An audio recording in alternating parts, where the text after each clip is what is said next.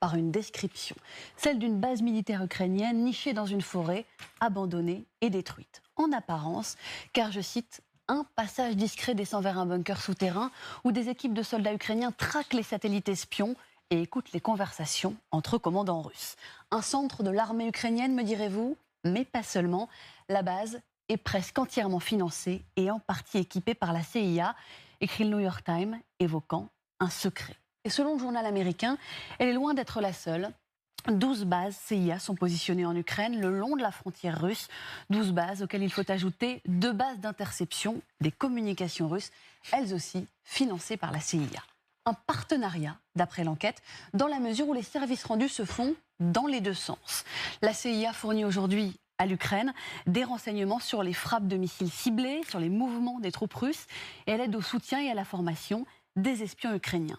Mais les réseaux ukrainiens, eux aussi, ont fourni des informations aux Américains, notamment des preuves de l'implication de la Russie dans le crash du vol 17 de la Malaysia Airlines, souvenez-vous, en juillet 2014, ou encore des données sur la désinformation russe à l'œuvre dans la présidentielle américaine de 2016. 2016, 2014, oui, car ce partenariat n'est pas né avec la guerre, mais il y a 10 ans, selon le New York Times, à la faveur d'un événement, la révolution de Maïdan, et le renversement du président pro-Kremlin Viktor Yanukovych, le chef du renseignement, nouvellement nommé pro-occidental, aurait alors proposé à la CIA, en pleine crise et via un simple appel téléphonique, en pleine nuit, de nouer ce partenariat. Justement, Laura, en parlant de partenariat, est-ce que ce fameux partenariat qui s'est, on voit, consolidé au fil des années, a fini par agacer un certain Vladimir Poutine ? Et même peut-être à l'influencer. Voilà ce qu'écrit en tout cas le New York Times dans son enquête. Vers la fin 2021, selon un haut responsable européen, Poutine se demandait s'il devait lancer son invasion à grande échelle lorsqu'il a rencontré le chef d'un des principaux services d'espionnage russe qui lui a dit que la CIA, en collaboration avec le MI6, contrôlait l'Ukraine et en faisait une tête de pont pour les opérations contre Moscou. Il n'est pas dit que c'est le partenariat qui a poussé le président russe à envahir l'Ukraine. Mais il est sous-entendu qu'il a pu jouer un rôle dans sa décision en concurrençant son obsession de contrôler l'Ukraine. Et pourtant, souligne le New York Times, les responsables américains ont souvent été réticents à s'engager pleinement, craignant de provoquer le Kremlin.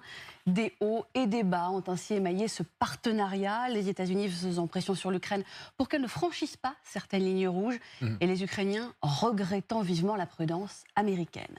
Des règles tombées en désuétude le 24 février 2022.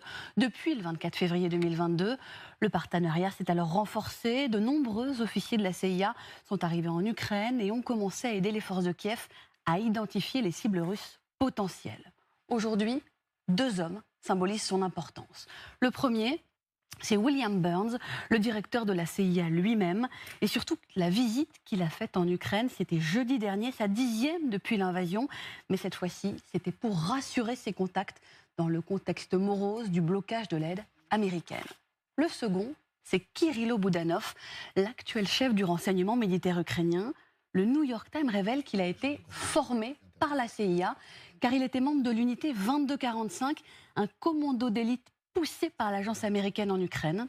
Il était même l'une de ses étoiles montantes, écrit le journal, au point que lorsqu'il a reçu une balle dans le bras lors des combats du Donbass, il a été envoyé faire sa rééducation dans un centre spécialisé du Maryland.